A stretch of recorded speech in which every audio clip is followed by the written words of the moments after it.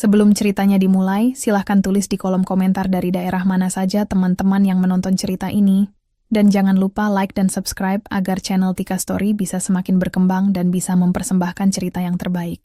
Namanya Alia Pramesti, perempuan sederhana namun berpendidikan tinggi, yang dikenal sebagai sosok tangguh, penuh kasih, dan selalu mengedepankan keluarga di atas segalanya. Ia bekerja sebagai analis keuangan di perusahaan multinasional, dan meskipun kariernya gemilang, ia memilih hidup bersahaja bersama suaminya, Raka Firmansyah, pria yang dulu dikenalnya sebagai penyayang dan bertanggung jawab. Pernikahan mereka telah berjalan 5 tahun. Awalnya, semuanya tampak sempurna. Rumah mungil yang mereka bangun bersama, impian-impian masa depan yang dibicarakan di meja makan, dan rencana untuk membesarkan anak dalam keluarga harmonis.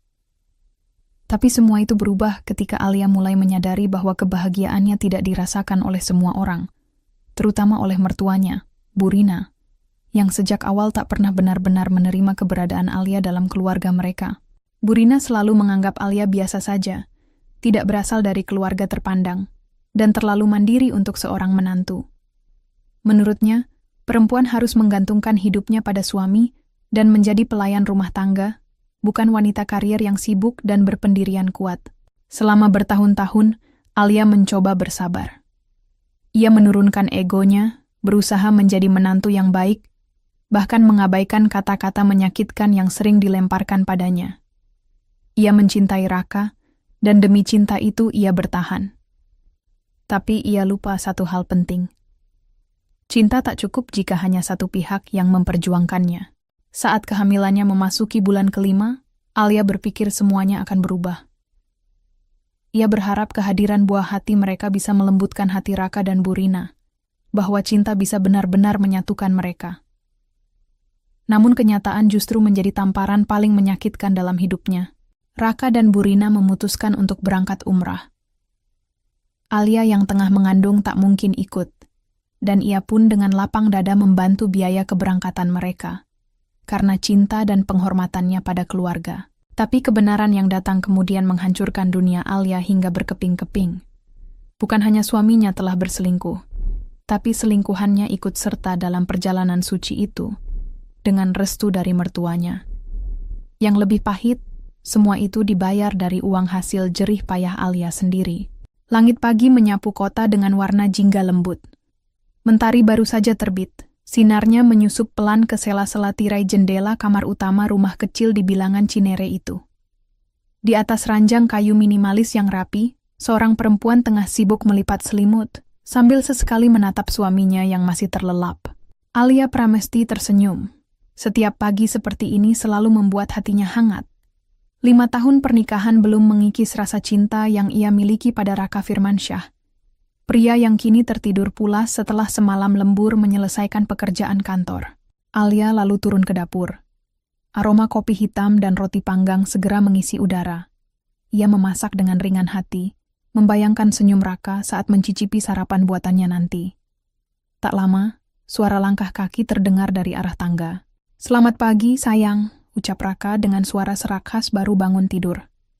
Rambutnya masih berantakan dan wajahnya tampak lelah namun tetap menawan di mata Alia. "Selamat pagi. Sarapan dulu sebelum kamu mandi, ya. Aku buatkan telur dadar keju kesukaanmu." Raka menghampiri Alia dari belakang dan melingkarkan tangannya ke pinggang istrinya. "Kamu terlalu baik buat aku, tahu nggak?" Alia tersenyum tanpa menoleh. "Kamu juga." Mereka duduk berdua di meja makan, menyantap sarapan sambil saling bertukar cerita ringan. Bagi Alia, momen seperti ini jauh lebih berharga dari apapun. Saling mendengarkan, tertawa, dan saling memandang dalam diam. Tanpa kata-kata mewah, hanya kehangatan sederhana yang membuat hati penuh. Rumah mereka memang tidak besar.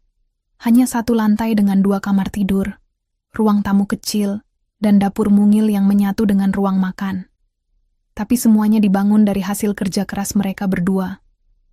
Setiap sudut rumah memiliki kisah, dari rak buku yang dipasang Raka sendiri, hingga lukisan kecil yang Alia beli di pasar seni. Setiap akhir pekan, mereka selalu punya ritual. Belanja di pasar tradisional pagi-pagi sekali, kemudian memasak bersama di rumah. Kadang-kadang mereka menonton film Korea di malam hari, sambil makan mie instan dan tertawa-tawa hingga larut malam. Mereka memang bukan pasangan sempurna, tapi Alia percaya mereka bahagia, lebih dari cukup. Alia bekerja sebagai analis keuangan di salah satu perusahaan swasta dan Raka adalah manajer pemasaran di perusahaan properti. Gaji mereka cukup untuk hidup nyaman dan menabung. Mereka sudah punya tabungan pendidikan anak meski belum memiliki momongan saat itu. Bahkan Alia dan Raka memiliki portofolio investasi yang dikelola bersama. Kompak dalam cinta, kompak dalam keuangan. Kamu yakin nggak mau resign aja nanti kalau sudah punya anak? Tanya Raka suatu malam saat mereka sedang membahas rencana jangka panjang. Alia menoleh sambil tersenyum. Aku bisa kerja dari rumah kok. Perusahaanku sudah menyiapkan opsi remote. Tapi kamu nggak keberatan kalau aku tetap kerja. Selama kamu bahagia, aku bahagia, jawab Raka. Aku bangga punya istri sehebat kamu. Kalimat itu begitu sederhana, tapi bagi Alia, itu seperti pelindung dari semua badai dunia. Satu-satunya hal yang sedikit mengusik Alia adalah sikap ibu mertuanya, Bu Rina. Meski tidak pernah benar-benar kasar, Bu Rina selalu bersikap dingin dan menjaga jarak. Ia jarang menanyakan kabar Alia, dan jika mereka bertemu saat lebaran atau acara keluarga, komentar-komentarnya seringkali membuat Alia tak nyaman. Namun Raka selalu menjadi penengah yang baik. Ia tidak pernah membiarkan Alia merasa sendirian. Ibu itu keras luar, lembut dalam, kata Raka suatu kali. Aku tahu mungkin belum bisa bikin kalian deket, tapi sabar ya, sayang. Alia mengangguk. Ia yakin, seiring waktu, semua akan membaik. Karena saat cinta tumbuh dari hati yang tulus, segalanya mungkin. 2 bulan setelah ulang tahun pernikahan mereka yang kelima, Alia mulai merasa tubuhnya berbeda. Mual pagi hari, cepat lelah, dan suasana hati yang naik turun. Setelah menunda selama 2 tahun demi memantapkan karier dan keuangan, akhirnya, hasil tes PEC itu menunjukkan 2 garis merah tegas. Raka menangis ketika Alia menunjukkan hasilnya. Kita akan jadi orang tua, katanya sambil menggenggam tangan Alia. Mereka memeluk dalam diam, menyadari bahwa hidup mereka akan berubah, tapi mereka siap. Raka menjadi lebih perhatian dari sebelumnya. Ia mengantar jemput Alia ke kantor, memasak sarapan jika Alia terlalu lelah, bahkan rutin memijat kaki istrinya di malam hari. Ia juga menjadi protektif, tak membiarkan Alia mengangkat barang berat, bahkan sekadar berdiri terlalu lama. Aku cuma ingin kamu dan bayi kita sehat, katanya. Alia merasa menjadi wanita paling dicintai di dunia. Semua terasa sempurna, semua terasa benar. Setiap malam Raka akan berbicara pada perut Alia yang mulai membesar. Ia bercerita tentang hari-harinya, tentang keinginannya menjadi ayah yang baik, dan bahkan menyanyi lagu-lagu lucu dengan suara sumbang. Alia selalu tertawa menyaksikan itu. Mereka sudah mulai membeli perlengkapan bayi, bahkan memilih warna cat kamar yang netral, karena belum tahu jenis kelaminnya. Raka ingin semua disiapkan sendiri, tidak menyerahkan semuanya pada orang lain.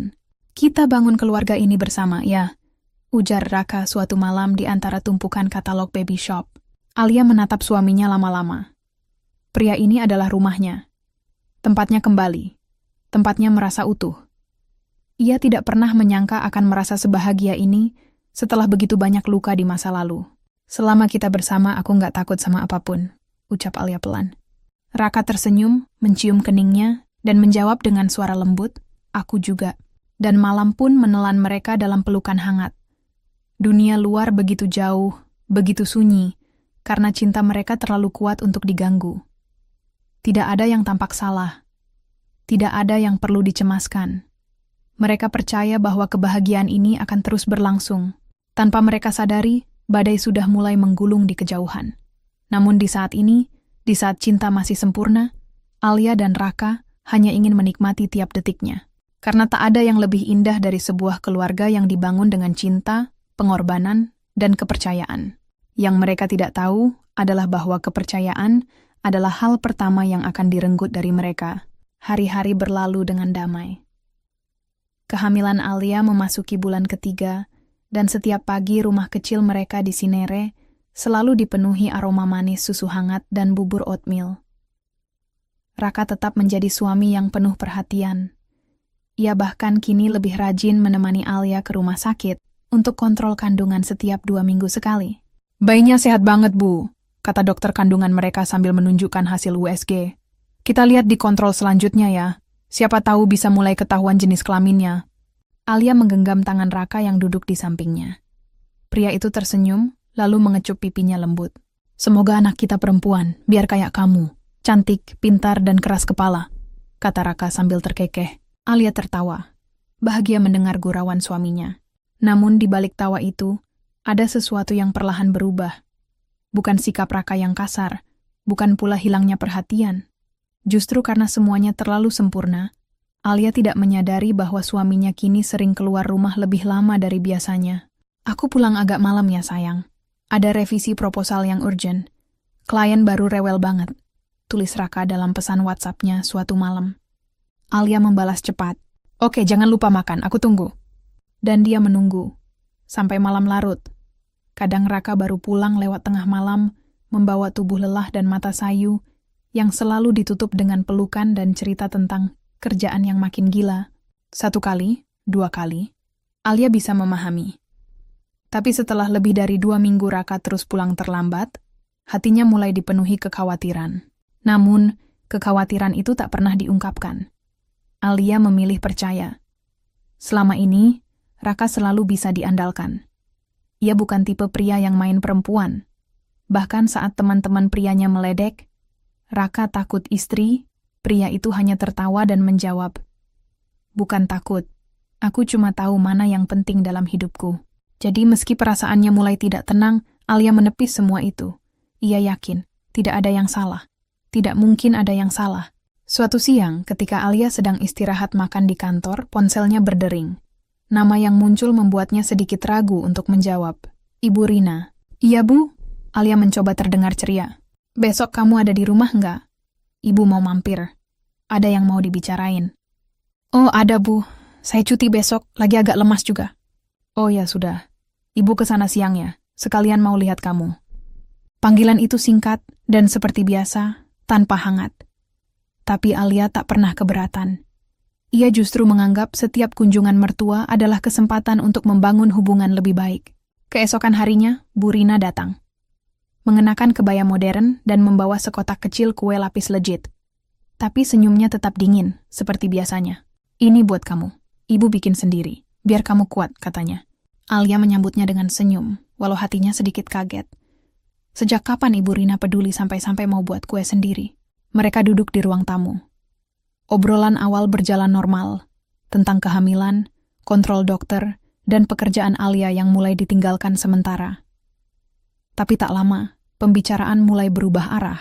Kamu tahu nggak, Raka itu dari kemarin cerita kalau dia kepikiran banget soal umrah, ujar Bu Rina sambil menyeruput teh. Oh ya Bu? Tanya Alia antusias.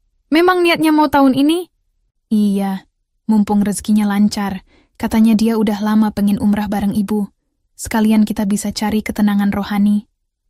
Alia terdiam sejenak. Bagus Bu, saya dukung. Kalau jadwalnya pas, saya juga mau ikut. Nggak usah ikut dulu, kamu kan hamil. Nanti malah repot, urus aja kandunganmu, kata Bu Rina cepat. Tajam namun terdengar seperti saran. Alia hanya tersenyum tipis. Ia tidak menanggapi lebih jauh. Ia tahu, saat Bu Rina sudah bersuara seperti itu, tak ada ruang diskusi. Setelah kunjungan itu, Alia merasa ganjil. Tapi ia tetap mencoba berpikir positif. Mungkin memang waktunya Raka memenuhi niatnya yang tertunda. 3 minggu setelah pertemuan itu, Raka pulang dengan wajah gembira. Sayang, aku ada kabar. Aku dan ibu jadi umrah bulan depan. Alia yang sedang menyetrika baju langsung menoleh. Wah, alhamdulillah. Udah daftar travelnya? Udah. Kebetulan dapat promo juga. Tapi, aku pengen minta tolong, ujar Raka sambil duduk di sampingnya. Kamu bantuin aku sama ibu urus biaya umrah ini ya? Aku agak keteteran soalnya ada tagihan proyek baru. Alia menatap suaminya. Iya, aku bantu. Tapi kamu yakin aku nggak bisa ikut? Raka mengelus perut Alia. Kamu tahu sendiri kondisi kamu. Jangan terlalu capek. Fokus jaga bayi kita ya. Dan seperti biasa Alia mengangguk karena dia percaya. Tak lama kemudian, ia mentransfer sejumlah besar uang dari tabungan mereka untuk membiayai perjalanan umrah Raka dan Bu Rina. Ia bahkan ikut mengurus pengurusan paspor, visa, dan koper-koper baru untuk mereka. Hatinya masih percaya bahwa semua ini untuk kebaikan, untuk ketenangan batin keluarga mereka. Namun 1 minggu sebelum keberangkatan, sebuah kalimat kecil dari Raka membuat hati Alia kembali bergetar. Oh ya, aku juga ajak sepupuku dari kampung. Namanya Wati. Kamu nggak keberatan kan? Sepupu? Yang mana ya? Tanya Alia pelan. Yang jarang kesini. Kasihan dia. Belum pernah ke luar negeri.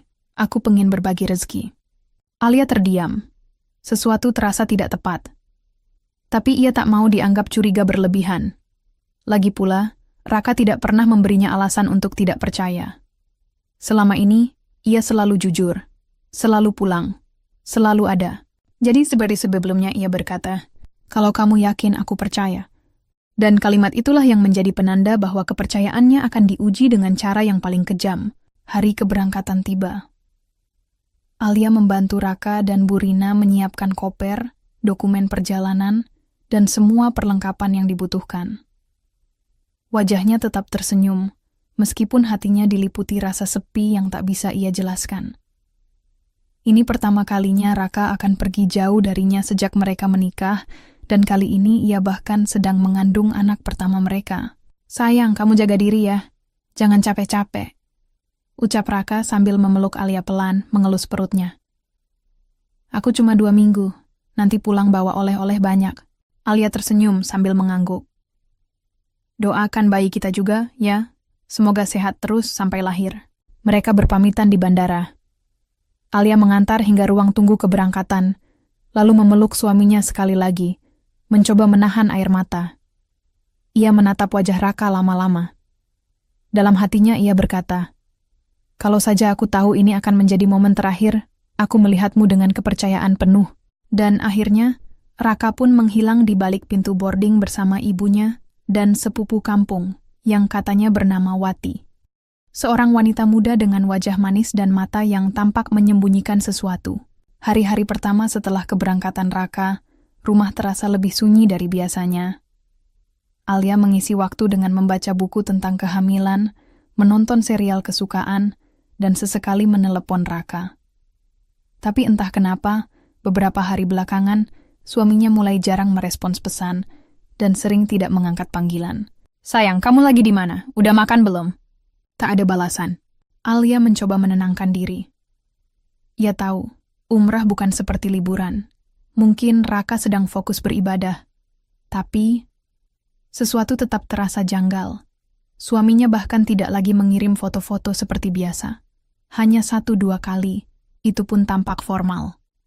Bukan seperti gaya Raka yang biasanya suka bercanda lewat foto. Lalu, sebuah pesan masuk dari sahabatnya, Nia. "Nia. Al, kamu nggak lihat instastory cewek itu?" "Alia, cewek siapa?" "Nia. Itu loh, yang kamu pernah curiga, yang Raka suka komenin IG-nya. Namanya Vina. Dia lagi umrah juga. Dan kayaknya bareng Raka dan ibu mertuamu." Alia langsung membuka Instagram. Akun itu terkunci. Tapi beruntung, Nia sudah mengcapture semua story yang diunggah si wanita itu. Alia tak bisa bernapas. Dalam salah satu foto, tampak Raka mengenakan ihram, berdiri di depan Ka'bah, dan di sebelahnya, tanpa jarak, adalah wanita muda itu.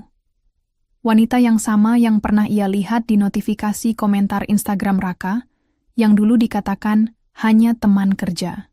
Di video lainnya, mereka duduk berdua di restoran hotel, tertawa. Raka menyuapi wanita itu potongan kurma sambil tertawa-tawa.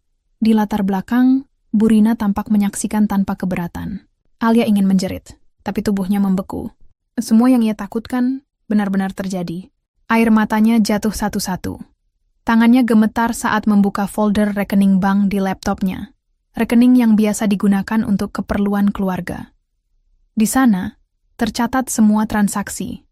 Dari pembayaran travel, pembelian koper Samsonite, bahkan biaya tambahan akomodasi hotel bintang 5. Semua dibayar oleh Alia. Ia membiayai perjalanan suaminya dan mertuanya, dan selingkuhan suaminya, jantungnya terasa ditikam. Tapi di balik rasa sakit, muncul sesuatu yang lebih besar, kesadaran. Alia menatap pantulan dirinya di cermin ruang tamu. Perempuan itu bukan lagi istri yang naif dan penuh percaya. Bukan lagi korban dari pengkhianatan. Perempuan di cermin itu adalah Alia yang baru. Dan Alia yang baru tidak akan diam. Alia mengambil tas dokumennya. Ia adalah pemilik resmi dari hampir semua fasilitas keuangan yang selama ini digunakan keluarga. Rekening utama Raka, kartu kredit Raka dan Burina, serta akun e-wallet dan layanan pembayaran internasional. Dengan tenang, Alia menelepon bank. Selamat siang. Saya ingin memblokir semua kartu kredit atas nama Raka Firmansyah dan Rina Setyaningsih. Saya pemilik utama dan penjamin keuangan keduanya. Baik, Bu. Kami konfirmasi ada transaksi aktif dari Arab Saudi. Anda yakin ingin memblokir semuanya? Alia tersenyum kecil, walau air matanya masih mengalir. Ya, blokir semua sekarang. Satu persatu, akses keuangan mereka ditutup. Alia bahkan menonaktifkan aplikasi M-Banking dan e-wallet yang terhubung ke rekeningnya. Uang tunai yang mereka bawa tidak akan cukup untuk 2 minggu hidup nyaman di Tanah Suci dengan niat liburan spiritual. Setelah semua selesai, Alia memejamkan mata.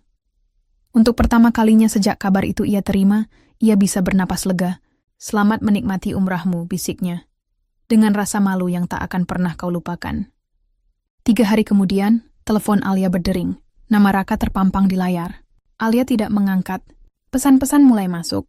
Raka, sayang, kenapa ATM aku diblokir? Raka. Alia, tolong ini darurat. Aku nggak bisa tarik uang. Kamu bisa bantu nggak? Burina. Alia, ini ibu. Kenapa rekening kami ditutup? Kami nggak bisa bayar hotel. Kamu jangan main-main. Alia membaca semuanya. Matanya masih sembab, tapi sorotnya tajam. Ia mengetik pelan. Alia, silakan minta bantuan ke sepupu kampung kalian. Dan ia mematikan ponselnya. 2 minggu kemudian, Raka dan Burina kembali ke Jakarta dalam kondisi mengenaskan. Wajah mereka kusut, pakaian kusam. Alih-alih liburan rohani, mereka justru mengalami kehinaan di negeri orang. Tidak ada makan enak, tidak ada tidur nyaman. Semua rencana mewah berubah jadi bencana. Ketika sampai di depan rumah, mereka tertegun. Pagar rumah itu digembok. Di depan pintu tertempel kertas. Rumah ini sudah dijual. Kontak pemilik baru jika perlu. Raka panik. Ia menelepon Alia. Berkali-kali. Tidak diangkat. Sampai akhirnya seseorang keluar dari rumah sebelah dan menyerahkan amplop putih yang dititipkan oleh Alia. Di dalamnya ada 2 lembar, surat perceraian dan fotokopi bukti perselingkuhan.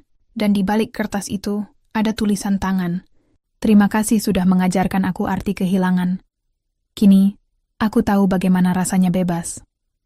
2 hari setelah kedatangan Raka dan Burina dari Tanah Suci, suasana di depan rumah yang pernah mereka tinggali tampak kacau.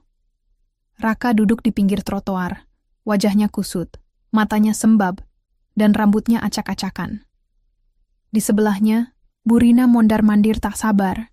Telepon genggamnya terus-menerus mencoba menghubungi seseorang yang tak kunjung mengangkat.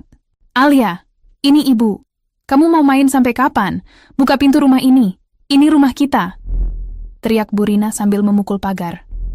Seorang satpam perumahan menghampiri dengan raut cemas. Maaf, Bu. Rumah ini sudah bukan milik Anda lagi. Pemilik barunya akan pindah minggu depan. APA, Burina membelalak. Raka terdiam. Tangannya menggenggam lembaran surat dari amplop yang ia terima kemarin. Surat gugatan cerai yang ditandatangani pengacara Alia, lengkap dengan bukti-bukti perselingkuhan, foto-foto, tangkapan layar percakapan, dan transaksi keuangan yang menunjukkan aliran dana dari Alia ke semua kebutuhan umrah mereka bertiga. Ia tak bisa mengelak. Semua sudah terbuka. Tak ada ruang untuk berbohong. 3 hari setelah itu, mereka bertemu di kantor pengacara Alia. Ruangan modern yang sunyi itu menjadi saksi bisu dari akhir sebuah hubungan yang dulu dianggap Raka sebagai rumah yang tak akan goyah. Alia datang dengan mengenakan gamis putih bersih. Perutnya yang membesar terlihat jelas, dan raut wajahnya tegas. Tidak ada air mata, tidak ada amarah yang meledak. Yang ada hanya kesejukan yang mengintimidasi. Raka berdiri.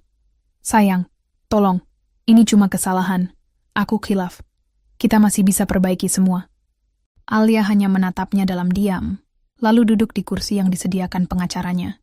Pengacaranya membuka map. Bapak Raka, Ibu Alia sudah melengkapi seluruh bukti hukum yang diperlukan. Perselingkuhan, penyalahgunaan keuangan, dan penelantaran secara emosional selama kehamilan. Semua syarat gugatan perceraian telah terpenuhi. Aku bisa berubah. Raka membantah. Aku salah, aku ngaku. Tapi aku masih sayang Alia. Aku masih ingin jadi ayah buat anak kami. Kamu tidak akan pernah benar-benar menjadi ayah, ucap Alia pelan, namun tajam. Bahkan sebelum anak kita lahir, kamu sudah memilih wanita lain untuk kau bawa ke tempat suci. Dan ibumu membiarkannya terjadi. Burina, yang duduk di kursi seberang, membalas dengan nada tinggi. Jangan sok suci, Alia. Kamu pikir kamu siapa bisa mengatur semuanya? Kamu yang bikin anakku tertekan. Kamu yang kerja terus, tidak pernah ngurus suami. Alia mengangguk kecil. Saya kerja untuk keluarga ini, untuk membayar semua kebutuhan kalian, termasuk perjalanan kalian ke tanah suci, yang kalian gunakan untuk berzina. Suasana ruangan seketika membeku. Raka terdiam. Burina pun menunduk, wajahnya merah padam. Mulai hari ini, semua yang kalian anggap milik kalian, sudah aku lepaskan. Lanjut Alia. Rumah sudah aku jual. Rekening yang selama ini aku pegang sudah aku tutup. Akses kalian ke semua fasilitas hilang. Lalu kami harus tinggal di mana? Burina berteriak. Itu bukan urusan saya lagi, jawab Alia, tegas. Karena kalian sudah memilih siapa yang kalian anggap keluarga. 2 minggu setelah pertemuan itu, putusan pengadilan keluar. Perceraian dinyatakan sah. Hak asuh anak sepenuhnya diberikan pada Alia. Dan karena semua harta berada atas nama Alia sejak awal, Raka tidak mendapatkan apapun. Ia keluar dari pengadilan dengan kepala tertunduk. Beberapa wartawan yang mendengar isu tentang Alia, yang dikenal sebagai profesional keuangan ternama, mengajukan pertanyaan-pertanyaan tajam. Tapi Alia hanya berkata satu kalimat.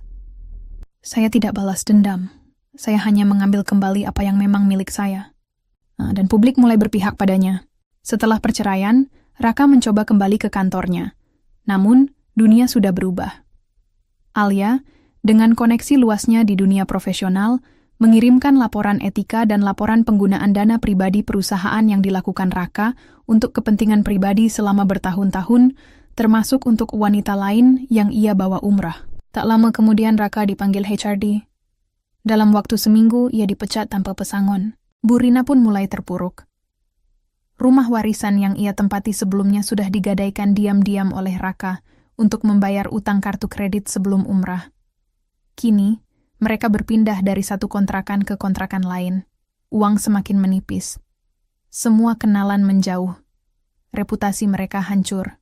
Dan saat mereka mencoba menghubungi Vina, wanita muda yang mereka bawa umrah, mereka hanya menerima blokir di semua media sosial. Kalian pikir dia benar-benar cinta?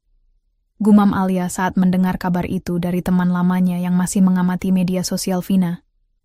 Perempuan macam itu hanya mau hadiah dan kemewahan. Ketika kalian sudah tak punya apa-apa, dia pergi. Suatu malam, hujan deras mengguyur kota. Alia sedang menyusui bayinya yang baru lahir ketika bel pintu rumahnya berbunyi. Rumah baru yang ia beli setelah menjual rumah lama, rumah yang dibangunnya bersama Raka, kini terasa lebih hangat, lebih damai. Ia membuka pintu perlahan. Di depan sana, Raka dan Burina berlutut dalam hujan. Wajah mereka basah dan penuh luka. Alia, maafkan kami. Kami salah. Kami hancur. Kami tidak punya siapa-siapa lagi. Alia diam sejenak. Anaknya menggeliat di pelukannya. Ia memandang wajah bayi itu. Wajah yang polos, bersih, dan penuh harapan. Dulu aku datang ke keluarga kalian dengan niat baik. Aku ingin diterima, dicintai, dianggap keluarga, katanya pelan. Tapi kalian mengusir aku dengan cara paling kejam. Raka menangis. Aku bodoh, Sal. Tolong beri aku kesempatan. Kesempatan sudah habis, jawab Alia sebelum menutup pintu perlahan. Tanpa emosi, tanpa dendam, tanpa amarah. Hanya ketegasan seorang ibu yang melindungi anaknya dari masa lalu yang menyakitkan. Rumah baru Alia berada di daerah yang jauh dari lingkungan lamanya. Sebuah kluster kecil yang nyaman di pinggiran kota, dengan halaman mungil, cahaya matahari hangat di pagi hari, dan suara angin sore yang tenang. Ia memilih tempat itu bukan hanya karena lokasinya aman dan sejuk, tapi karena di sanalah ia merasa bebas. Tidak ada kenangan pahit di tiap sudutnya. Tidak ada bayangan wajah suami yang berbohong, atau mertua yang memandang sinis. Rumah itu adalah awal baru, tempat Alia melahirkan kembali hidupnya. Pagi itu, saat usia kehamilannya memasuki minggu ke-37, Alia merasa nyeri yang tidak biasa di bagian bawah perut. Bukan kontraksi palsu seperti biasanya. Kali ini lebih dalam, lebih tajam. Ia memejamkan mata, memegang kursi makan untuk menahan sakit yang menjalar perlahan. Ia tahu, waktunya tiba. Alia tidak panik. Ia sudah mempersiapkan semuanya dengan rapi. Tas rumah sakit, dokumen penting, pakaian bayi, hingga pengasuh paruh waktu yang ia bayar khusus untuk menemaninya selama proses persalinan. Tak ada keluarga yang menemani. Tak ada suami yang menggenggam tangannya. Tapi ia tidak sendiri, karena di dalam tubuhnya ada seorang makhluk kecil yang telah ia jaga dengan seluruh cinta dan perjuangan. 8 jam kemudian, suara tangis bayi menggema di ruang bersalin. Perempuan itu menatap ke arah bayi mungil yang kini ada di dadanya. Matanya membasah, bukan karena lemah, tapi karena bahagia. Tangis yang dulu karena pengkhianatan, kini berganti menjadi tangis syukur. Kamu datang di saat yang tepat, Nak. Saat Mama sudah siap menyambutmu dengan kekuatan bukan luka. Ia menamainya Aruna, yang berarti cahaya pagi. Karena setelah malam panjang yang penuh gelap, Aruna adalah sinar pertama yang membuat segalanya terasa hidup kembali. 6 bulan berlalu setelah Aruna lahir. Alia kini menjadi ibu tunggal yang aktif, disiplin, dan penuh perhitungan. Ia kembali bekerja di kantor konsultan keuangan tempat ia pernah menjadi direktur operasional. Kini, sebagai managing partner, semua mata di industri memandangnya dengan respek. Kasus perceraian dramatis yang sempat tersebar di kalangan profesional tidak membuat reputasinya hancur. Justru sebaliknya, banyak klien yang mengaguminya karena keberanian dan ketegasannya. Tak sedikit pula yang menawarkan kerjasama dan investasi. Kalau kamu bisa berdiri lagi setelah semua itu, kamu bisa menghadapi apapun, kata salah satu rekan bisnisnya dalam pertemuan. Tapi bagi Alia, uang dan kekuasaan bukan lagi motivasi utama. Sekarang, semua ia lakukan demi Aruna. Setiap pagi, ia bangun pukul 5, menyiapkan sarapan, memompa ASI untuk stok di rumah, dan menyiapkan jadwal kerja fleksibel, agar tetap bisa menemani anaknya tumbuh. Tak ada lagi waktu terbuang untuk meratap, tak ada ruang lagi untuk dendam. Suatu siang, asisten pribadinya masuk ke ruangan membawa dokumen dan sebuah amplop tanpa nama. Ada seseorang titipkan ini, Bu. Dia tidak mau menyebut nama. Alia membuka amplop itu. Isinya adalah CV Raka. Di dalamnya ada surat lamaran kerja yang ditujukan ke perusahaan yang kini dipimpin oleh Alia. Alia tertawa kecil, bukan tawa bahagia, tapi tawa getir. Jadi dia benar-benar jatuh sedalam itu, sampai harus kembali meminta bantuanku. CV itu rapi. Tapi terlihat jelas bahwa Raka tidak punya pekerjaan tetap sejak lebih dari setahun. Semua perusahaan yang ia lamar menolaknya. Bahkan di media sosial profesional, ia tidak lagi aktif. Namanya sudah tenggelam di bawah reputasi yang ia hancurkan sendiri. Alia mengembalikan amplop itu ke meja. Bu, apakah perlu kami proses? Tanya asistennya. Bakar saja, jawab Alia singkat. Dan kalau dia kirim lagi, tolong bilang, saya tidak sedang membuka lowongan untuk pria tidak tahu diri. Malam itu, ketika Alia sedang menyuapi Aruna bubur wortel, bel rumahnya berbunyi. Di depan pagar, seorang kurir berdiri sambil membawa kotak kecil. Bu Alia, ini ada titipan dari seseorang bernama Bu Rina. Alia menerimanya.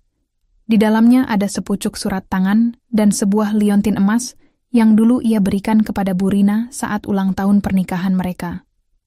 Surat itu berisi permintaan maaf panjang, penuh air mata, yang hanya tertulis lewat tinta. Alia, kami sudah kehilangan semuanya. Aku kehilangan anak yang dulu mencintaimu. Kami kehilangan rumah, harga diri, bahkan harapan. Tolong, jika tidak untuk kami, maafkan demi cucumu. Izinkan kami sekadar melihatnya dari jauh. Alia menutup surat itu. Ia menatap Aruna yang kini tersenyum ceria di kursi makan. Kalau mereka ingin melihatmu, biarlah dari kejauhan. Karena mereka sudah pernah begitu dekat dan tetap memilih menyakitiku. Ia menyimpan liontin emas itu. Bukan sebagai kenangan, tapi sebagai pengingat bahwa tidak semua luka pantas diberi ruang kedua. Kini, setiap malam, Alia duduk di teras rumahnya. Angin malam membelai rambutnya, dan Aruna tertidur pulas di pelukannya. Ia menatap langit. Hidup memang pernah menghancurkannya, tapi ia tidak tinggal dalam reruntuhan. Ia membangun ulang, dari dasar yang lebih kuat, dari cinta pada diri sendiri, dari kekuatan sebagai ibu, dan dari kebebasan sebagai perempuan. Dan untuk pertama kalinya, ia benar-benar merasa, aku tidak butuh siapa-siapa untuk bahagia. Aku cukup, aku utuh. Aku adalah rumah untuk diriku sendiri dan anakku. Pagi itu hujan turun tipis. Kota seperti sedang memeluk bumi dalam diam. Alia duduk di balkon rumahnya dengan secangkir teh hangat. Aruna yang berusia 8 bulan tertidur di gendongan kain yang membalut dadanya. Pandangan Alia menerawang. Sudah hampir setahun sejak semuanya runtuh. Tapi bukan luka yang tersisa, melainkan keberanian.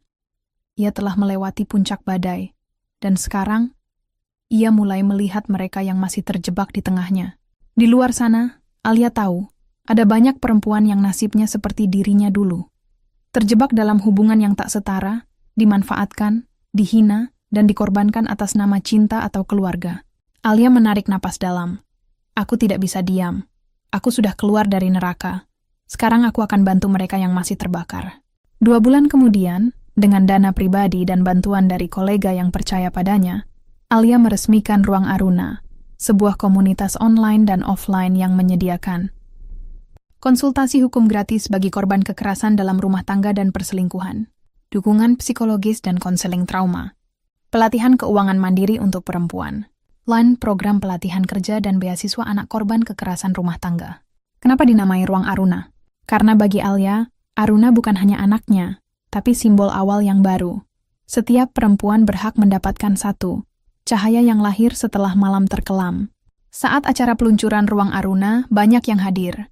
Beberapa adalah klien Alia yang dulu ia bantu sebagai konsultan. Beberapa adalah perempuan yang dulu hanya mengenalnya dari pemberitaan media. Seorang ibu 2 anak berdiri dan berkata dengan mata berkaca-kaca, saya dulu mau bunuh diri setelah ditinggal suami dengan wanita lain. Tapi saya lihat kisah Ibu Alia. Saya bangkit. Sekarang saya punya usaha kecil sendiri. Terima kasih sudah jadi cahaya, Bu. Alia tak bisa menahan air matanya. Ia kini tahu lukanya tidak sia-sia. Suatu sore, Alia sedang mengisi sesi daring finansial sehat untuk perempuan ketika asistennya masuk dengan raut gelisah. Bu, ada 2 tamu datang. Tidak ada janji, tapi mereka memaksa ingin bertemu langsung. Siapa? Raka dan Bu Rina. Alia menghela napas, perlahan melepaskan headsetnya. Sudah lama ia tidak melihat wajah mereka secara langsung. Tapi kali ini, ia siap. Mereka menunggu di ruang tamu kantor Ruang Aruna. Penampilan mereka jauh berbeda dari yang Alia ingat.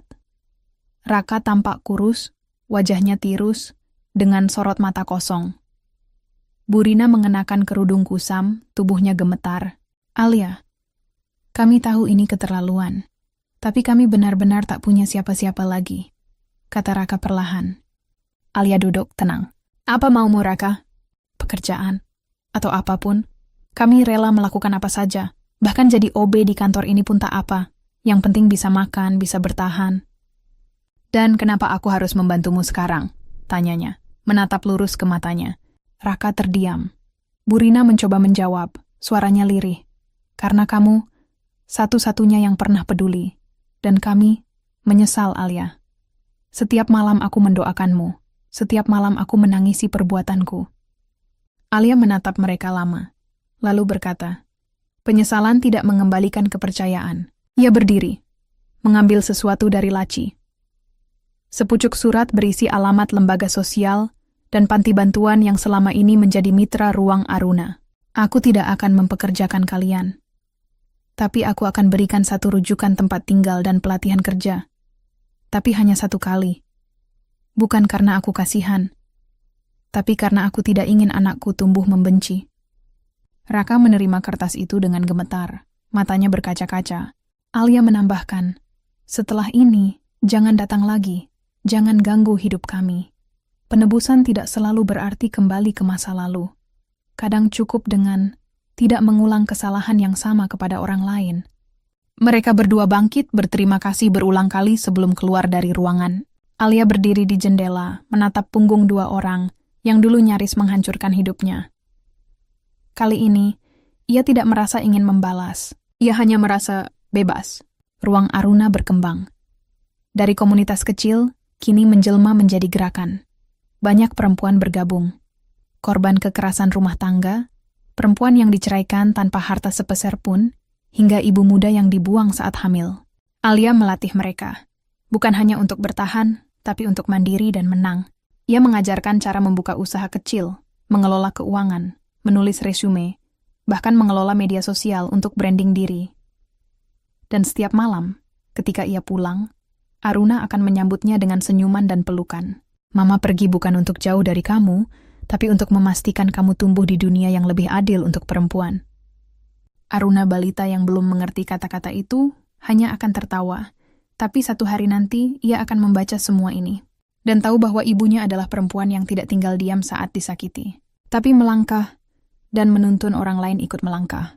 Pagi itu, matahari menyelinap lembut lewat jendela kamar Aruna. Alia sedang memakaikan baju pada anaknya yang kini sudah bisa berjalan sedikit-sedikit, walau masih terhuyung-huyung. "Pelan-pelan, nak," ujarnya sambil tertawa kecil. Aruna menunjuk ke arah sepatu kecilnya dan berseru, "Jalan, Mama, jalan." Alia tersenyum. "Iya, kita jalan, tapi Mama rapikan rambut kamu dulu." Hari itu, Alia dijadwalkan menjadi pembicara utama di acara forum bisnis dan kepemimpinan wanita yang dihadiri puluhan tokoh nasional. Ini bukan pertama kalinya ia naik panggung, tapi tetap saja, rasa gugupnya tak hilang. Namun kini ia bukan hanya naik panggung sebagai seorang profesional. Ia tampil sebagai perempuan yang pernah dihancurkan dan memilih untuk membangun ulang dirinya. Di sela acara, saat Alia sedang mengambil minuman di pojok ruangan, seorang pria menghampirinya. Raut wajahnya tenang, dengan senyum yang tidak dibuat-buat. Tidak ada gombal, tidak ada tatapan menilai, hanya ketulusan. "Maaf, Ibu Alia ya?" tanyanya sopan. Alia menoleh. "Iya, ada yang bisa saya bantu?" "Saya Adnan. Saya salah satu pengurus yayasan pendidikan untuk anak-anak yatim. Kami sempat bekerja sama dengan Ruang Aruna bulan lalu. Saya cuma ingin mengucapkan terima kasih langsung. Banyak anak di asrama kami terbantu." Alia mengangguk. "Terima kasih juga sudah mempercayai kami." Adnan tersenyum, hendak pergi, tapi berhenti sejenak. "Kalau tidak keberatan, saya ingin ajak Bu Alia minum kopi, kapan-kapan. Bukan sebagai pengurus yayasan, tapi sebagai laki-laki yang sangat menghargai keberanian ibu." Alia terdiam sejenak. Dulu ia akan langsung menolak. Takut, ragu, belum siap. Tapi kini, hidupnya sudah tidak dikuasai trauma. Ia tidak lagi melihat laki-laki sebagai ancaman, tapi juga tidak butuh validasi mereka. Ia memilih dengan sadar. Dan untuk pertama kalinya sejak lama, ia tersenyum lembut. "Saya tidak keberatan. Tapi kita bawa Aruna ya. Dia tidak pernah jauh dari saya." Adnan tertawa kecil, dengan senang hati. 2 minggu kemudian, mereka bertemu di sebuah taman kota, bukan restoran mewah atau lounge eksklusif. Adnan datang membawa boneka tangan lucu yang langsung membuat Aruna tertawa-tawa di pelukan ibunya. Alia mengamati. Tidak ada niat menggoda. Tidak ada upaya mendekati Aruna hanya untuk mengambil hati Alia. Semuanya terasa natural. Mereka duduk di bangku taman, mengobrol tentang banyak hal, bukan hanya soal luka masa lalu, tapi soal harapan, buku favorit, mimpi yang belum tercapai, dan ketakutan yang masih kadang menghantui di malam hari. Adnan tidak menyepelekan, tidak menyela, tidak berusaha menjadi penyelamat. Ia hanya mendengarkan. "Semua orang bilang saya kuat," kata Alia suatu waktu. "Tapi mereka tidak tahu, saya sering merasa takut. Takut gagal. Takut tidak cukup untuk Aruna." Adnan memandangnya. "Kalau kamu merasa takut, berarti kamu masih manusia. Tapi kamu memilih tetap jalan walau takut. Itu bukan cuma kuat, itu luar biasa." Alia tertawa kecil. "Jangan terlalu manis. Saya sudah trauma dengan kata-kata manis." "Tenang, saya lebih suka jadi nyata daripada manis." Alia menatapnya lama. Untuk pertama kalinya, ia tidak merasa sedang didekati. Ia merasa dihargai. Hubungan mereka berkembang perlahan. Alia tidak langsung membuka hati sepenuhnya. Ia tetap membatasi diri, menjaga ruangnya, memastikan Adnan benar-benar konsisten. Adnan tidak pernah mendesak. Ia hadir saat dibutuhkan, tapi juga menghormati saat Alia butuh waktu sendiri. Suatu hari, Alia memperkenalkan Adnan pada tim Ruang Aruna. Mereka makan siang bersama di ruang komunitas. Setelah Adnan pergi, salah satu stafnya berbisik, "Bu, kayaknya beliau serius ya?" Alia tersenyum tipis. Kalau dia tidak serius, dia tidak akan bertahan sejauh ini. Tapi yang lebih penting, kalau dia tidak menghargai, dia tak akan pernah saya beri ruang. Di sudut kota yang berbeda, Raka duduk sendiri di warung kopi kecil. Ia menatap layar ponsel kosong. Akun media sosial Vina sudah lama hilang. Ibunya kini tinggal di rumah kontrakan yang hampir rubuh. Tak ada lagi kartu kredit. Tak ada lagi mobil. Ia mencoba membuka akun LinkedIn dan mengetik, "Mantan manajer operasional, siap bekerja keras dan belajar kembali." Tapi tak ada yang membaca. Tak ada yang peduli. Dan saat ia iseng mengetik nama Alia W. Pramesti di mesin pencari, muncul berita terbaru. Pendiri Ruang Aruna, Alia Pramesti, diduga sedang menjalin hubungan dengan pengurus Yayasan Pendidikan Anak. Warganet dukung Alia temukan cinta yang baru dan sehat. Raka mematikan ponselnya. Ia menyesal. Tapi penyesalan, seperti kata Alia dulu, tidak cukup untuk menebus pengkhianatan. Di malam itu, Alia duduk di balkon rumahnya. Aruna sudah tidur di kamar. Di sampingnya, Adnan menyeruput teh hangat, keduanya menikmati senyap yang menenangkan. "Alia," kata Adnan, "kalau suatu saat aku melukai hatimu, bukan karena niat, tapi karena ketidaksadaran, tolong katakan. Aku ingin belajar mencintaimu dengan cara yang kamu butuh, bukan cuma yang aku tahu." Alia memejamkan mata sejenak, lalu berkata, "Aku tidak butuh cinta yang membuatku sempurna. Aku hanya butuh cinta yang tidak menyuruhku melupakan siapa aku sebenarnya." Dan malam itu, untuk pertama kalinya sejak lama, Alia memeluk seseorang. Bukan karena ia butuh diselamatkan, tapi karena ia siap menerima kasih yang sehat dan setara. Suatu pagi yang cerah di akhir pekan, Alia sedang menyuapi Aruna di teras belakang rumahnya. Anak itu tertawa ceria setiap kali sendok kecil yang penuh bubur ayam mendekati mulutnya. Di dalam rumah, Adnan sedang membantu merapikan ruang tamu. Ini adalah akhir pekan pertama mereka menghabiskan waktu sebagai keluarga kecil yang belum bernama, tapi sudah terasa saling memiliki. Ketukan di pintu gerbang menyela momen tenang itu. Asisten rumah tangga Alia membuka, lalu masuk dengan raut canggung. "Bu, ini. Ada wartawan infotainment yang mau wawancara. Mereka bawa kameramen juga. Katanya soal hubungan ibu dan Pak Adnan." Alia mengerutkan kening. "Siapa yang kasih tahu?" "Mungkin dari postingan yang kemarin, Bu.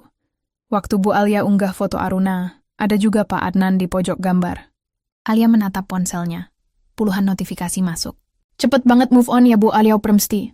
Kasihan anaknya gonta-ganti figur ayah. Itu pacar baru? Kapan nikahnya? Atau udah nikah diam-diam?" Pantesan suaminya selingkuh. Lihat sekarang juga udah main sama cowok lain. Alia menarik napas panjang. Hatinya tidak bergetar karena tuduhan, tapi karena kecewa pada betapa kejamnya opini publik terhadap perempuan yang berani bangkit. Di ruang komunitas Ruang Aruna keesokan harinya, beberapa peserta program bertanya dengan nada khawatir, "Bu, apa Ibu nggak takut kehilangan dukungan sponsor karena gosip itu?" "Saya dengar salah satu donatur mempertimbangkan ulang, Bu," ujar staf komunikasi dengan ragu. Alia menatap mereka satu persatu. "Kalau pendukung kita hanya berdiri karena saya dianggap suci dan tak tersentuh, maka mereka bukan pendukung sejati. Mereka hanya penonton yang cari hiburan." Semua terdiam. Alia melanjutkan, "Saya tidak minta dihormati karena saya janda atau ibu tunggal. Saya ingin dihormati karena saya manusia. Dan sebagai manusia, saya punya hak untuk mencintai, gagal, bangkit, mencintai lagi, tanpa izin siapapun." Ibu Adri menatap stafnya. "Mulai sekarang, kita tidak akan menjawab satupun pertanyaan media soal kehidupan pribadi saya. Tapi kita akan buat satu pernyataan resmi." 3 hari kemudian, akun resmi Ruang Aruna merilis pernyataan yang ditulis langsung oleh Alia. "Saya Alia W. Pramesti, seorang ibu dari 1 anak, pendiri Ruang Aruna, dan penyintas dari rumah tangga yang penuh pengkhianatan. Saya mencintai lagi. Bukan karena saya kurang, tapi karena saya penuh. Saya tidak memilih pasangan karena saya lemah, tapi karena saya ingin berjalan bersama seseorang yang menghargai, bukan menyelamatkan. Anak saya, Aruna, tumbuh dengan cinta, bukan drama. Dan saya berjanji, ia akan tahu bahwa ibunya mencintai dengan sadar, bukan dengan luka. Jadi kepada publik yang bertanya, menghakimi, atau mencibir, saya tidak hidup untuk menyenangkan persepsi Anda, tentang bagaimana seharusnya perempuan yang pernah disakiti bersikap. Saya hidup untuk diri saya, untuk anak saya, dan untuk mereka yang ingin belajar berdiri, tanpa merasa harus jadi sempurna dulu. Kita boleh jatuh, tapi kita tidak harus mati di tempat yang sama. Hormat saya, Alia Budi Pramesti. Pernyataan itu meledak di media sosial. Ratusan ribu likes, puluhan ribu komentar positif. Banyak perempuan merasa terwakili. Banyak penyintas DM Alia diam-diam, mengatakan mereka merasa diangkat oleh kata-katanya. Bahkan beberapa tokoh publik, aktivis perempuan, dan tokoh agama moderat memberi dukungan terbuka. Cinta bukan pelanggaran moral, tapi menyembunyikan perempuan dalam sangkar sosial. Itulah kekerasan sebenarnya. Di tengah semua itu, Adnan tetap tenang. Ia tidak merasa bangga karena mendapatkan Alia. Ia justru menjaga jarak dari perhatian berlebih. Kalau kamu butuh waktu sendiri, aku mengerti, katanya pada Alia saat gosip memuncak. Tapi Alia hanya menatapnya dan berkata, dulu aku butuh waktu sendiri karena aku hilang. Sekarang aku tidak butuh sendiri, karena aku tahu siapa aku. Dan kamu tidak membuatku lupa. Mereka berdua tertawa. Di balik segala badai luar, ada rumah yang mereka bangun dari kepercayaan. Di ruang sempit kontrakan mereka, Raka dan Burina menonton tayangan berita yang membahas pernyataan Alia. Burina mendengus. Lihat makin tinggi aja dia sekarang. Perempuan kok berani begitu terbuka ngomong soal laki-laki? Raka tidak menjawab. Ia hanya menatap layar kosong. Karena di hatinya ia tahu, dulu ia punya wanita sekuat itu. Tapi ia sendiri yang menghancurkannya. Dan kini Alia tak hanya kembali berdiri, ia terbang. Langit pagi itu sendu. Awan-awan menggantung di atas bumi seperti enggan bergerak, membiarkan embun jatuh perlahan ke daun-daun yang menggigil. Alia mengemudi perlahan, menyusuri jalan kecil yang membawa kenangan dari masa lalu.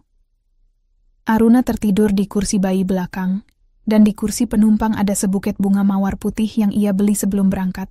Sudah bertahun-tahun sejak ia terakhir kali ke sana. Bukan karena lupa, tapi karena tak siap.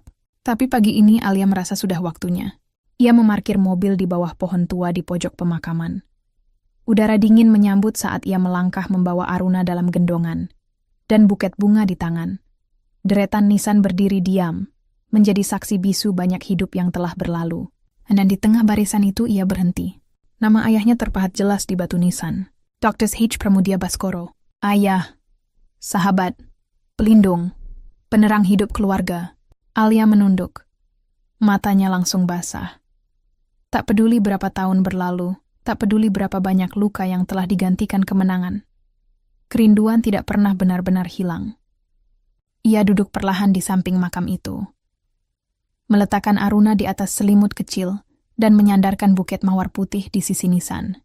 Lalu ia mulai bicara, seolah sang ayah duduk di sampingnya. Ayah, maaf baru datang sekarang. Rasanya terlalu lama aku menghindar. Aku pikir, kalau aku datang, aku harus membawa kabar baik. Aku harus membuktikan aku bisa bertahan tanpa ayah. Tapi nyatanya, aku gagal ya. Aku pernah jatuh. Dalam sekali. Dikhianati oleh orang yang kupikir akan mencintaiku seperti ayah mencintai ibu.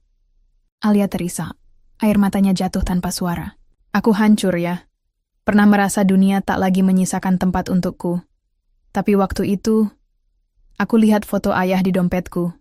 Dan aku ingat, ayah selalu bilang, anak ayah harus berdiri, bukan menunduk. Karena langit terlalu indah untuk hanya dilihat dari tanah. Ia mengusap nisan perlahan.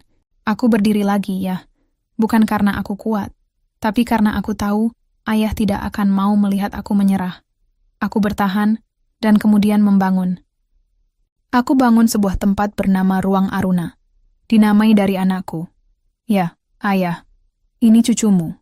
Namanya Aruna. Alia mengangkat Aruna yang kini terbangun dan tersenyum lebar, seolah memahami suasana tenang yang menyelimuti. Dia adalah alasan kenapa aku tidak jadi mati waktu itu. Waktu semua orang mengkhianati, mengejek, dan membenci, dia hadir dan memelukku, bahkan saat ia belum bisa bicara. Alia mencium pipi Aruna.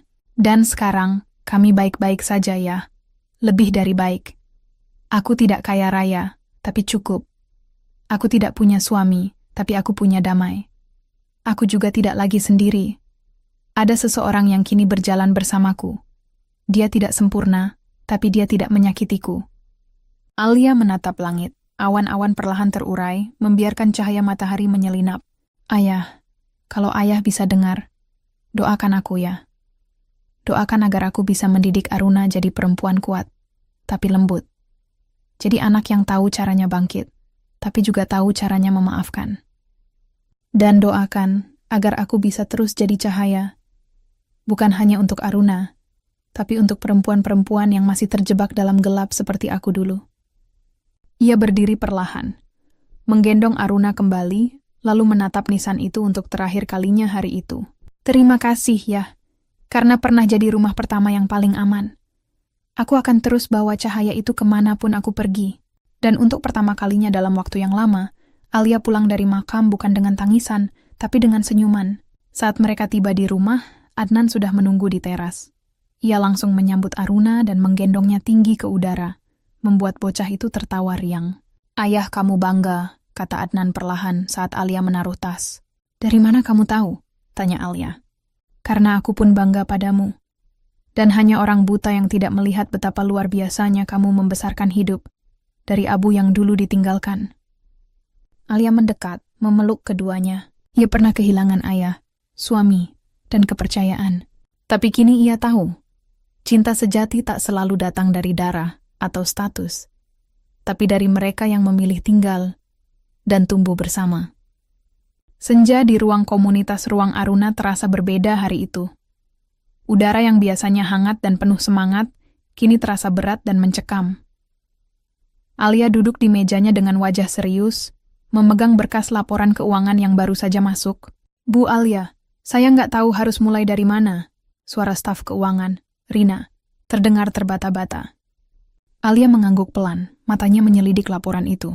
Dana operasional bulan lalu tiba-tiba berkurang drastis. Tidak hanya itu, beberapa rekening bank yayasan juga mengalami transaksi yang mencurigakan. Rina mengusap keringat di dahinya. Aku curiga ada yang mengambil dana itu tanpa izin, katanya lirih. Alia menelan ludah. Siapa yang paling akses ke rekening itu? Rina ragu, lalu menjawab. Pak Tono, staf administrasi yang selama ini bertanggung jawab soal keuangan dan pembukuan. Alia menunduk, hatinya seperti ditusuk. Tono sudah seperti keluarga sendiri selama 2 tahun terakhir. Selalu tampak ramah dan perhatian. Keesokan harinya, Alia bersama tim kecilnya mulai menggali lebih dalam.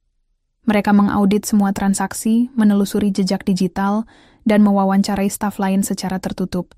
Semua bukti menunjuk ke satu nama, Tono. Saat dipanggil, Tono awalnya menyangkal. Namun ketika Alia menampilkan bukti transaksi ilegal dan keterangan saksi, wajahnya berubah. Ia mengakui mengambil sebagian dana untuk membayar hutang pribadi dan kebutuhan keluarganya yang mendesak. Maaf Bu, aku nggak bermaksud merugikan Ruang Aruna. Aku hanya terdesak. Suaranya bergetar. Alia berdiri, haturnya campur aduk antara kecewa dan kasihan. Kamu tahu betapa pentingnya dana ini untuk anak-anak yang kami bantu, Tono.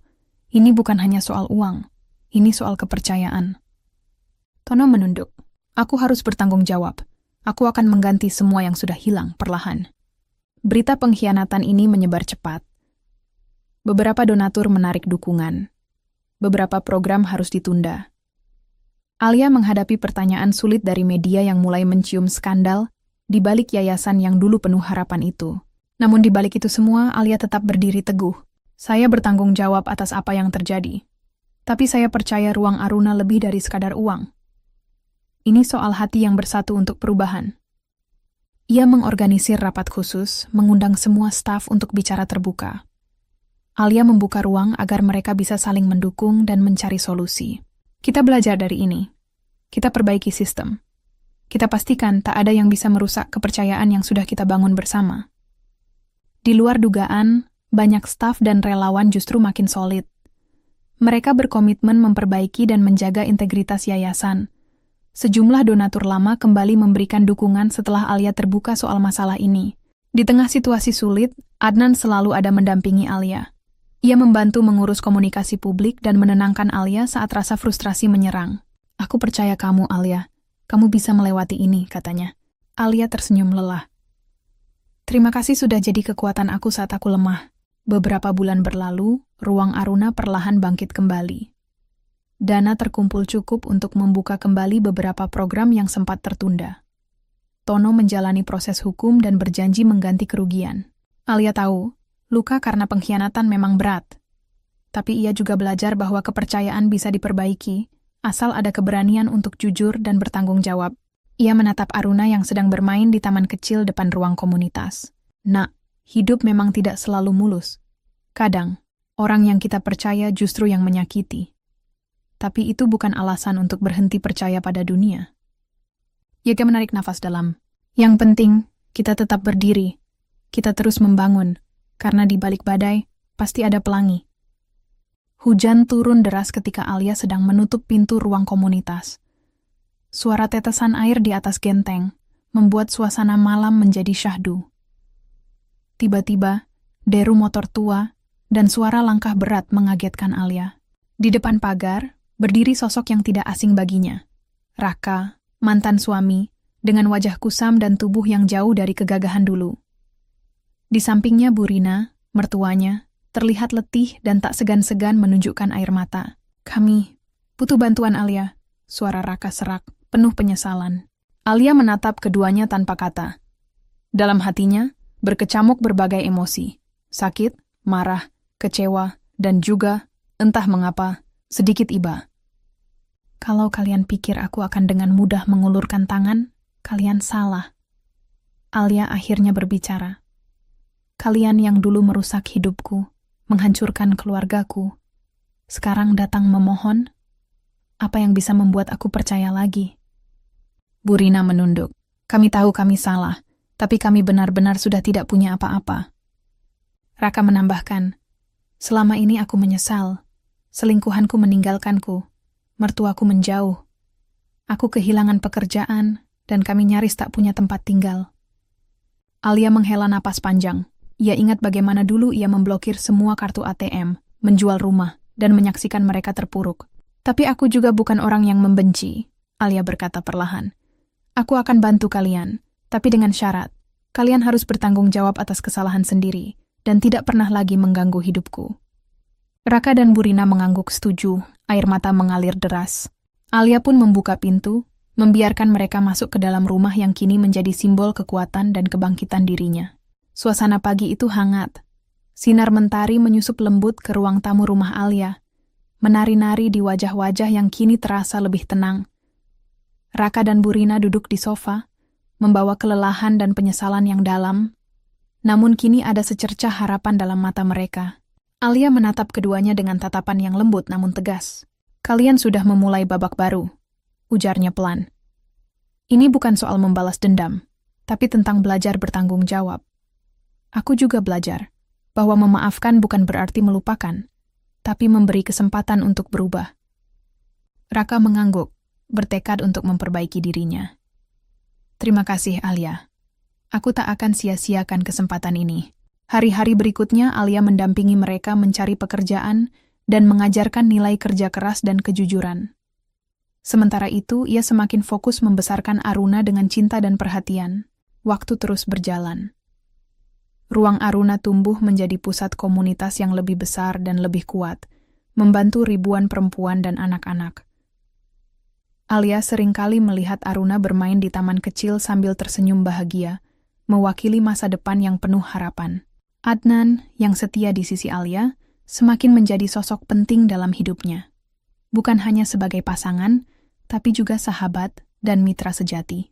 Suatu sore, ketika Alia duduk di teras sambil mengamati Aruna bermain, Adnan mendekat dan menggenggam tangannya. Kita sudah melalui banyak hal, katanya. Tapi aku yakin, bersama kita bisa jalani apapun. Alia menatapnya, hatinya penuh rasa syukur. Aku juga percaya, cinta sejati itu bukan soal sempurna, tapi soal keberanian untuk bertahan dan memilih saling menguatkan. Di malam yang tenang, Alia menulis di jurnalnya, aku pernah terjatuh, pernah merasa hancur, tapi aku memilih untuk berdiri lagi. Kini aku tahu, kebahagiaan sejati bukan milik mereka yang tak pernah jatuh, tapi milik mereka yang selalu bangkit dan terus melangkah dengan penuh harapan. Cerita Alia berakhir bukan dengan kesempurnaan, tapi dengan kejernihan hati, keteguhan jiwa, dan cahaya yang tak pernah padam. Ia menjadi inspirasi bagi banyak perempuan, bahwa setelah badai, pasti ada pelangi. Cerita ini mengajarkan kita bahwa hidup penuh dengan tantangan dan pengkhianatan.